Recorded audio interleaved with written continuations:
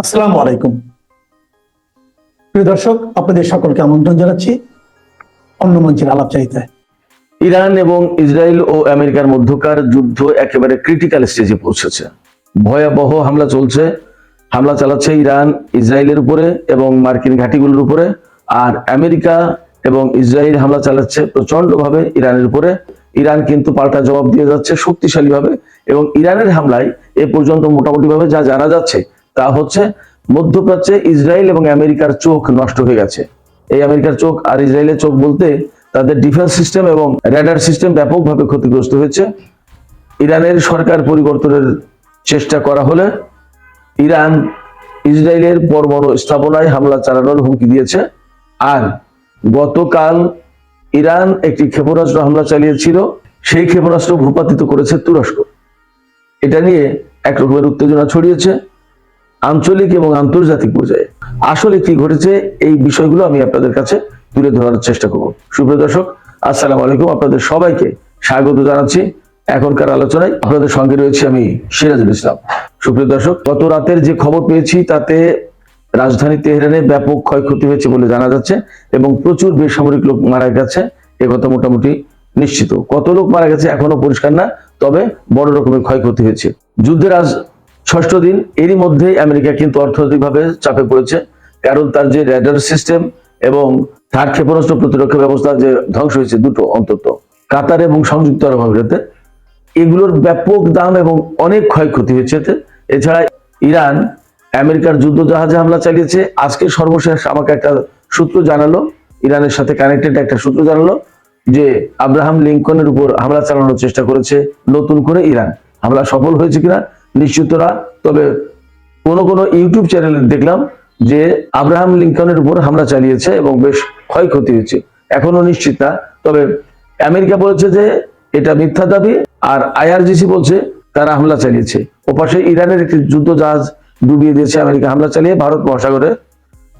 এরকম অনেকগুলো খবর রয়েছে। সুপ্রিয় দর্শক, এক পাশে ইরান এবং এক পাশে আমেরিকা এবং ইসরায়েলের মতো বৃহৎ শক্তি, অন্তত সামরিক দিক দিয়ে তো বটেই। আমেরিকার হাতে এমন কোন প্রযুক্তি নেই যা বিশ্বে নেই। যা বিশ্বে আছে তার সমস্ত প্রযুক্তি আমেরিকার হাতে আছে। ইসরায়েলের হাতেও একই ব্যাপার। এবং শুধু প্রযুক্তি না, এই প্রযুক্তির কল্যাণে তারা সামরিক দিক দিয়েও বিরাটভাবে উন্নতি করেছে। পাশাপাশি আমরা ইরানকে দেখে থাকি একটা নিষেধাজ্ঞার ভেতরে পড়ে থাকা একটা দেশ, তার অর্থনীতি খারাপ, তার সামরিক উন্নয়ন ঘটানোর কথা না। টাকা না থাকলে তার উন্নতিটা কোথা থেকে আসে? কিন্তু ইরান ভেতরে ভেতরে ঠিকই উন্নতি করেছে। এত প্রযুক্তি, পশ্চিমা বিশ্বের যে প্রযুক্তি, সেই প্রযুক্তিকে কাজে লাগিয়ে বিভিন্ন কায়দায় কৌশলে এই নিজের উন্নতিটা ঘটিয়েছে, এবং যার ফলাফল আমরা দেখতে পাচ্ছি। এই আজকে নিয়ে 6 দিন, এই 6 দিনের যুদ্ধে ইরান কিন্তু সমানে সমান লড়াই করে যাচ্ছে।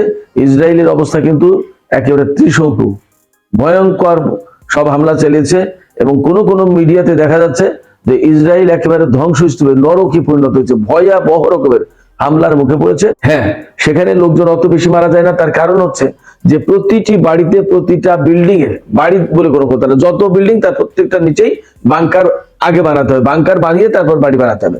তো বাংকার থাকার কারণে ক্ষয়ক্ষতির পরিমাণ, লোকজন প্রাণহানি কম হয়। এছাড়া ইরান আলটিমেটলি বেসামরিক এলাকায় হামলা চালাতে চায় না, হামলা চালায় না। একেবারে অ্যাক্সিডেন্টলি যদি কোনোটা মিস করে গিয়ে কোথাও লাগে, এছাড়া বেসামরিক লোকজনকে তারা টার্গেট করে না। এটা যুদ্ধের নীতি, ইসলামী সরকার, অতএব তাদেরকে ইসলামী নীতি, ইসলামী আদর্শ মানতে হয়। তো এই বৃহৎ দুই শক্তির বিরুদ্ধে ইরান কিন্তু প্রচন্ড ভাবে লড়াই করে চলেছে। কতটা কার্যকর লড়াই তা তো আমরা বললাম বা বুঝতে পারছি। তবে ইরানের উপরে যে কেউ হামলা করতে পারবে না, বা ইসরায়েল আমেরিকা ইরানের যে মোটেই ক্ষয়ক্ষতি করতে পারবে না, এটা ভাবার কোনো কারণ নেই। অবশ্যই ক্ষয়ক্ষতি করতে পারবে। কারণ হচ্ছে বিমান হামলা, ক্ষেপণাস্ত্র হামলা, ইলেকট্রনিক ওয়ারফেয়ার, নানান রকমের জ্যামিং সিস্টেম, হ্যাকিং সিস্টেম, বহু কিছু আছে। এর ভিতরে কিছু না কিছু তো কাজে লাগবেই। এবং একসাথে যদি কথার কথা 300 বিমান ইরানের বিরুদ্ধে যুদ্ধের জন্য চলে আসে, তাহলে 300 বিমান থেকে যদি দুটো করে ক্ষেপণাস্ত্র ছড়ে, তাহলে 600 ক্ষেপণাস্ত্র। এই 600 ক্ষেপণাস্ত্র মোকাবেলা করা তো খুব সহজ কথা না এট এ টাইম। সেক্ষেত্রে ইরানেরও ক্ষয়ক্ষতি হচ্ছে, তাতে কোনো সন্দেহ নেই। বাট ইরানের প্রেসিডেন্ট পরিষ্কার করে বলেছেন গতকালকে যে ইসরায়েল যে যুদ্ধ চাপিয়ে দিয়েছে এবং যেভাবে যুদ্ধ করছে, তাতে ইরানের আত্মরক্ষা এবং প্রতিশোধ, পাল্টা হামলা করা ছাড়া আর কোনো উপায় নেই। এর ভেতরে খবর এসেছে ইসরায়েল এবং আমেরিকা ইরানের সরকার পরিবর্তনের চেষ্টা করবে এবং তার অংশ হিসেবে হয়তোবা স্থল অভিযান বা মেরিন সেনাদের অভিযান পরিচালনা করতে পারে। এপাশে স্থল অভিযান বা ভেতরে সরকার পরিবর্তনের জন্য গৃহযুদ্ধ অবস্থা বা প্রচন্ড রকমের গোলযোগ সৃষ্টি করার জন্য কুর্দি বিচ্ছিন্নতাবাদীদেরকে অস্ত্র এবং অর্থ দিয়ে লেলিয়ে দিচ্ছে আমেরিকা ইরানের বিরুদ্ধে, এটা একদম প্রকাশ্যে। তো যখন এইগুলো ঘটতে যাচ্ছে তখন ইরান কিন্তু আরো বিপদে পড়ে যাবে। এই অবস্থায় ইরান যা করবে তা হচ্ছে, ইরান বলেছে যে এই ধরনের প্রচেষ্টা, এই ধরনের জঘন্য প্রক্রিয়া যদি আমেরিকা ইসরায়েল শুরু করে তাহলে ইসরায়েলের দ্বিমনা পরমাণু স্থাপনা, ইসরায়েলের একমাত্র পরমাণু কেন্দ্র, তাতে হামলা চালানো হবে। যদি তাই হয় তাহলে যুদ্ধের গতি প্রকৃতি কিন্তু আরো ভিন্ন রকমের হয়ে যাবে। সেক্ষেত্রে এখনই বলা যাচ্ছে না যুদ্ধ শেষ হয়ে যাচ্ছে, যুদ্ধ বন্ধ হচ্ছে বা যুদ্ধ বিরতি হচ্ছে অথবা যুদ্ধ কমে যাচ্ছে। এই পরিস্থিতিতে মোটামুটি পরিষ্কার যে যুদ্ধ খুব সহজে থামছে না, যুদ্ধ অবশ্যই দীর্ঘায়িত হবে এবং ইরান খুব সহজে ছেড়ে দেবে, এটা ভাবার কোনো কারণ নেই। ইরানের দীর্ঘ যুদ্ধের অভিজ্ঞতা আছে এবং ইরান সেইভাবেই এগিয়ে যাচ্ছে এবং ইরান ঘোষণাই দিয়েছে সেটা। তো দ্বিমনা পরমাণু স্থাপনায় যদি হামলা চালায় ইরান তাহলে বুঝতে হবে যে ইরানের একেবারে চূড়ান্ত পর্যায়ে পৌঁছেছে, তারপরে আর পিছানোর কোনো জায়গা ইরানের নেই। তার মানে ইরানের সরকার পরিবর্তন, তো এই যে ইসলামী শাসন ব্যবস্থা, এগুলো পরিবর্তনের চেষ্টা করবে, স্থল অভিযান চালাবে। অবশ্য একটা বিষয় নিশ্চিত, ইরানে স্থল অভিযান চালাতে গেলে আমেরিকার প্রচুর সেনা মারা যাবে, ইসরায়েলের প্রচুর সেনা মারা যাবে, এতে কোনো সন্দেহ নেই। ভয়ঙ্কর বিপর্যয়ের মুখে পড়বে আমেরিকা। সুপ্রিয় দর্শক, আরেকটা বিষয় নিয়ে আলোচনা করার কথা ছিল, সেটা হচ্ছে যে তুরস্কের উপরে ক্ষেপণাস্ত্র হামলার কথা ছড়ানো হয়েছে। এইটা নিয়ে ইরান এবং তুরস্ক কি বলছে এই বিষয়গুলো আমি আপনাদেরকে একটু পরিষ্কার করি। ইরান পরিষ্কার করে জানিয়েছে যে তারা সাইপ্রাসের একটি ঘাঁটি লক্ষ্য করে ক্ষেপণাস্ত্র ছুড়েছিল। ওই হামলাটা সাইপ্রাসের উপরে, সাইপ্রাসের ঘাঁটি লক্ষ্য করে চালিয়েছিল। কিন্তু তুরস্ক অনেকটা আগ বাড়িয়ে ইরানের এই ক্ষেপণাস্ত্র ভূপাতিত করেছে। যেটা বোঝা যাচ্ছে সেটা হচ্ছে যে হয়তোবা ইরাক এবং সিরিয়ার আকাশ পার হওয়ার পর কিছুটা হয়তো তুরস্কের আকাশের উপর দিয়ে ক্ষেপণাস্ত্রটি যেত।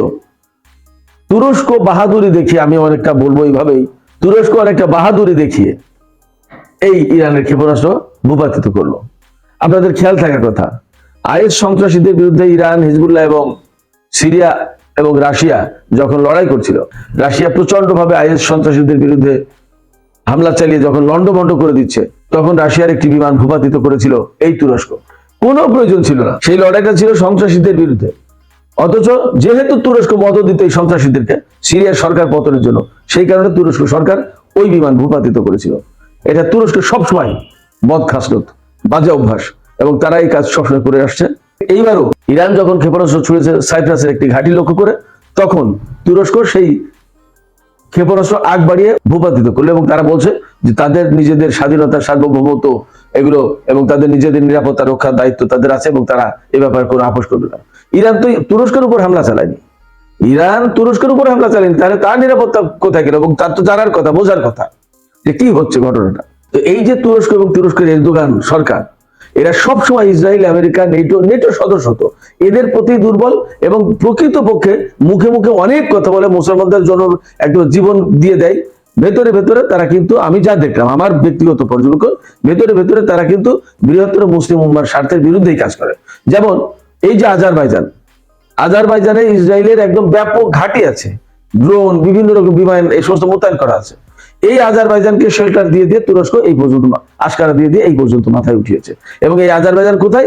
একেবারে ইরানের সাথে, ইরানের একটা আজারবাইজান প্রদেশ আছে, সেই আজারবাইজানের সাথে এই রাষ্ট্র আজারবাইজানের সীমান্ত রয়েছে। তার মানে একেবারে ইরানের ঘরের দরজার সামনে এনে ইসরায়েলকে বসিয়ে দিয়েছে এবং এই বসিয়ে দেওয়ার কাজে হেল্প করেছে তুরস্ক। এই আজারবাইজান থেকে প্রচুর পরিমাণে তেল জ্বালানি নেয় ইসরায়েল তুরস্কের মধ্য দিয়ে। তুরস্কের মুসলিম স্বার্থ কিভাবে রক্ষা করে সেটা আপনারা একটু বোঝার চেষ্টা করেন।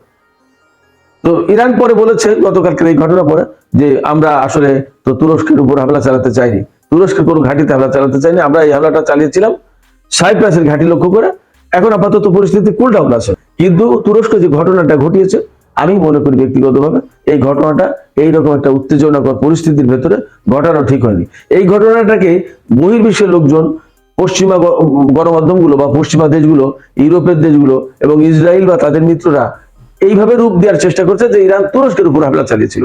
তুরস্ক নেটো জোটের সদস্য, ইরান যদি তুরস্কের উপর হামলা চালায় তাহলে পুরো নেটো যত 27 বা 28টা দেশ আছে তারা সবাই মিলে ইরানের বিরুদ্ধে যুদ্ধ শুরু করতে পারে। ব্যাপারটা এরকম, একটা টেকনিক্যালি বিষয়টাকে জটিল করার চেষ্টা করা হয়েছে এই তুরস্কের ভুলের কারণে। সেক্ষেত্রে তুরস্কের উচিত এই মুহূর্তে যে মুসলিম বিশ্বের স্বার্থ কোথায়, ইরানের স্বার্থ কোথায়, আঞ্চলিক স্বার্থ কোথায়, এগুলো কি করা উচিত সেটা দেখা দরকার। যখন ইরান ব্যাপকভাবে হামলা চালিয়ে পুরো মধ্যপ্রাচ্যের মার্কিন ঘাঁটিগুলো তছনছ করে দিয়েছে এবং ইসরায়েল একদম নরকে জাহান্নামে পরিণত হয়েছে, ভয়ঙ্কর পরিস্থিতি, সেই মুহূর্তে যখন যদি তুরস্ক এই করে তাহলে কিন্তু সিচুয়েশনটা ভিন্ন হয়ে যায়।